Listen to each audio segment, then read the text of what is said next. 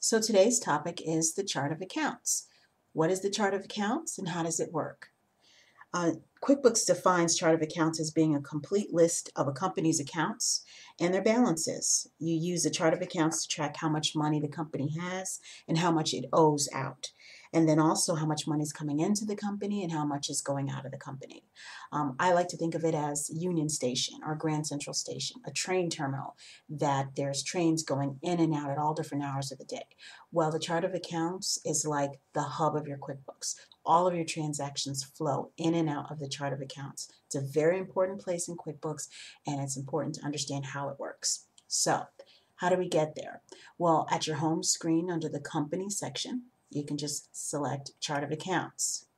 Now, here is a basic chart of accounts. It's already here. When you let QuickBooks know the type of company you are, it will give you a basic chart of accounts to get you started. But typically, you're going to need to add accounts based on your company and how it works. So what we're going to look at is the different kinds of accounts and what they are. Income account. Income is your sales, whether it be by products or services that you sell, okay? The money that comes into your company. Expense, we're all familiar with that, is the money that goes out from the normal course of business operations, office supplies, insurance, wages that are paid to employees, rent, all of those things are expenses, okay? Fixed assets, major purchases. Your CPA will usually define that as any tangible item that you've purchased that values $500 or more. So vehicles, definitely, land and buildings for sure, computer equipment that is valued at $500 or more would also be considered fixed assets. Bank account is just that, your checkings, your savings, your money market, and also if you maintain a petty cash account, that would also be set up as a bank account.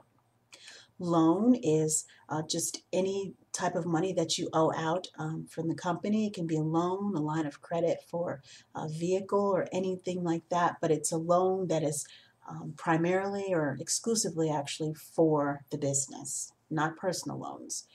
Then we have credit cards. The same idea applies. Credit cards that are used exclusively for the business, nothing that's used personally, okay? And then your equity account, equity is basically the worth of your company. So equity is not an account you'll use every day, but it's used to track money that you've invested into the company or that you've taken out of the company, okay? And that's the only time you would use that account. Some other account types to look at. Accounts receivable. That's the money that your customers owe to you after you provide them with services. But in QuickBooks, you won't have to set up that account. It sets itself up, okay, from the moment that you create an invoice. Other current assets and other assets are tangible items that are valued at less than $500, okay? Accounts payable is money that you owe to other people through your bills. And again, this is automatically created by QuickBooks the first time you enter a bill. Other current liability and long-term liability are basically loan accounts. Other current liability is typically a loan that is going to be paid off within a year, and long-term liability is for loans that are going to be paid off in more than 1 year. So maybe a 3 or a 5-year loan for a vehicle. Cost of goods sold is basically the expenses or what it costs you to make your money. So your subcontractors that you pay to go out and do the work for you. The items or products that you purchase in order to sell to make your money. Those are your cost of goods sold.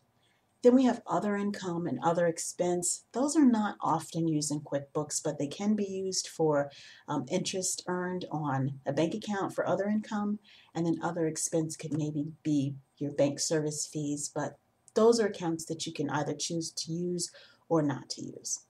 So that's kind of give you an idea of what the different accounts are for. What's most important is before you create any account, you have to think about what it's going to be used for and what type it should be, because setting up an account as the wrong type can totally change the financial view of your books and of your financials. So today we've learned about chart of accounts, and in our next segment we're going to learn about how to work with it as far as adding accounts, editing accounts, and how to clean it up and make it nice and organized. Okay?